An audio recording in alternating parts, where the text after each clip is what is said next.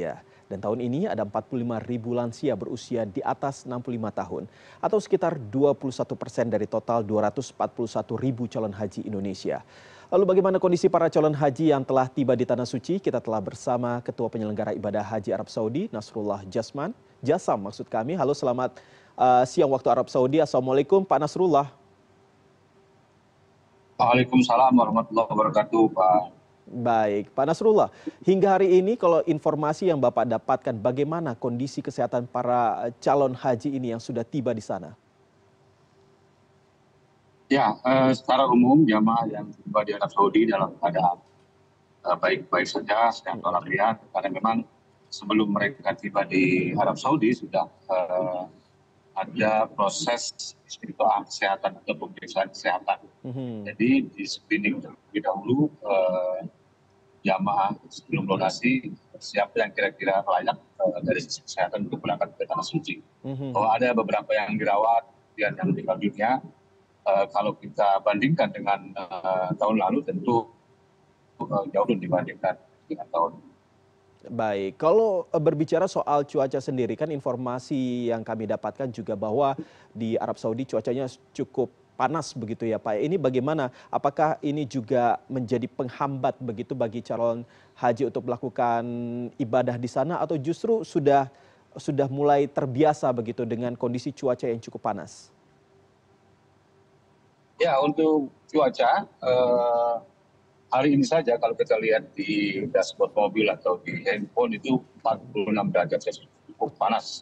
Saya kira untuk ukuran orang Indonesia. Oleh karena itu kita sejak jamaah tiba di Arab Saudi selalu menyampaikan bahwa agar jamaah tidak banyak beraktivitas untuk hal-hal yang di luar ibadah.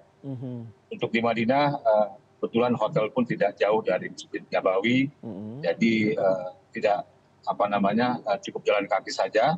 Setelah itu diharapkan jamaah beraktivitas di hotel atau di masjid. Di luar itu nanti menunggu cuaca lebih lebih adem lagi. Misalnya di sore hari atau di malam hari. Di Mekah juga demikian. Meskipun jarak hotel tidak sedekat di Madinah, tetapi kita menyiapkan bus sholawat atau bus yang melayani jamaah-jamaah kita untuk sholat dari hotel menuju ke Masjidil Haram. Dan kita juga sampaikan jamaah yang lansia, jamaah yang mungkin secara kesehatan kurang fit, agar bisa beribadah di hotel mereka masing-masing. Setiap hotel sudah disediakan musola, sudah disediakan masjid, disediakan hall untuk sholat, untuk pengajian, untuk menyampaikan tausiah. Dan para pembimbing ibadah, para konsultan ibadah juga sering menyampaikan bahwa insya Allah beribadah atau sholat di masjid-masjid hotel di Tanah Haram itu sama pahalanya dengan sholat di Masjidil Haram. Ini menarik sekali berbicara soal lansia. Kan kita tahu bersama bahwa sama seperti tahun lalu bahwa temanya juga terkait dengan ramah lansia begitu Pak. Apalagi ada sekitar 21% dari total 241.000 calon haji Indonesia ini yang merupakan lansia. Nah, kalau tadi Bapak mengatakan bahwa ada pendampingan juga, apakah ini artinya bahwa untuk lansia ini ada pendampingan khusus atau seperti apa Pak? Ya, untuk lansia, meskipun 21% itu jamaah yang sudah memasuki lanjut usia, namun demikian bahwa mereka semuanya sudah lolos tes kesehatan. Artinya secara fisik mereka layak untuk berangkat ke Tanah Suci. Begitu juga kami menyediakan petugas khusus untuk lansia, baik itu di hotel, di busnya pun kami sediakan juga bus-bus yang ramah lansia, dikhususkan juga tempat-tempat duduk untuk jamaah yang lansia. Di hotel juga kita upayakan penempatannya itu yang berdekatan dengan lift, dan didampingi juga dengan ketua rombongan dan ketua regu.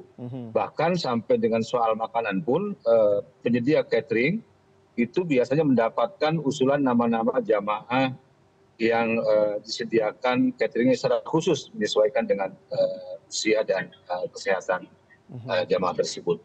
Jadi memang kita persiapkan betul, bahkan dalam waktu 1-2 hari ini akan tiba kursi roda samping yang sudah kita lakukan di sini untuk mendukung aktivitas para lansia di Tanah Suci. Baik, berarti sejauh ini lancar begitu ya Pak untuk pendampingan dan lain sebagainya. Tapi Pak, ini berbicara soal yang sedang ramai juga diperbincangkan terkait dengan berita ini ada 100.000 jemaah umroh Indonesia yang belum kembali. Nah, ini diduga ingin naik haji tanpa visa. Hingga saat ini bagaimana Pak? Apakah mereka masih berada di sana dan apakah mereka ini betul bahwa mereka ini semuanya adalah jemaah umroh? Ya, untuk jamaah umroh yang masih berada di Arab Saudi, jelas sekali bahwa pemerintah Arab Saudi memberikan peringatan bahwa tanggal 29 Dzulqa'dah itu harus seluruhnya keluar dari Arab Saudi. Itu jelas sekali. Jadi akhir kedatangan tanggal 15 Dzulqa'dah, akhir kepulangan tanggal 29 Dzulqa'dah. Oleh karena itu, karena mereka tidak membawa visa haji, maka mereka tidak berangkat haji. Nah, jika ada jamaah umroh sampai sekarang, sebelum tanggal 29 Dzulqa'dah itu masih diperkenankan. Namun demikian nanti tanggal 29 Dzulqa'dah atau awal Juni, seluruh jamaah harus sudah kembali ke jamaah umroh. Kemudian mengenai jumlah, tentu ini harus mendapatkan info yang resmi. Dari data Siskopatul yang kami terima bahwa dari keberangkatan jamaah umroh itu tinggal 16.000 yang belum kembali. Itu pun data kurang lebih 5 hari yang lalu. Artinya tentu hari ini semakin banyak yang sudah kembali ke tanah air. Demikian Pak. Nah Pak Nasrullah, ketika mereka memang masih berada di sana, ini akan seperti apa nanti sanksinya? Dan juga pemulangannya apakah tetap dimediasi oleh pemerintah Indonesia atau seperti apa? Ya, untuk konsekuensi bagi WNI yang berhaji tanpa menggunakan visa haji atau tasrih haji yang resmi dari pemerintah Arab Saudi, itu jelas sekali pemerintah Arab Saudi menyampaikan bahwa ada denda sebesar 10.000 real, ya, setara dengan 40 jutaan. Kemudian dia akan di-banned selama 10 tahun, tidak bisa masuk ke Arab Saudi. Dan hal yang sama juga nanti akan terjadi jika pelanggaran tersebut dilakukan secara berulang. Demikian. Tapi kalau untuk pemerintah Indonesia sendiri, apakah ada sanksi yang diberikan oleh pemerintah Arab Saudi, mungkin pengurangan atau apa seperti itu, Pak? Pengurangan kuota. Dari sisi kita jelas sekali bahwa ketika Pak Menteri Haji bertemu dengan Menteri Agama di Indonesia beberapa waktu yang lalu, bahwa kita mendukung pemerintah Arab Saudi dalam hal ini. Bahkan fatwa tentang haji tanpa visa resmi atau tanpa tasrih resmi juga sudah dikeluarkan bahwa memang itu tidak dibenarkan secara hukum. Oleh karena itu kita membantu pemerintah Arab Saudi untuk mensosialisasikan ini kepada khalayak, ya, baik melalui media dalam momen-momen tertentu dan lain sebagainya. Pak Nasrullah, terakhir, kira-kira berarti untuk kedatangan jemaah haji selanjutnya ini apakah semua sudah siap, sudah berjalan cukup lancar, atau ada hal-hal yang sampai saat ini ternyata masih menjadi kendala bagi PPIH?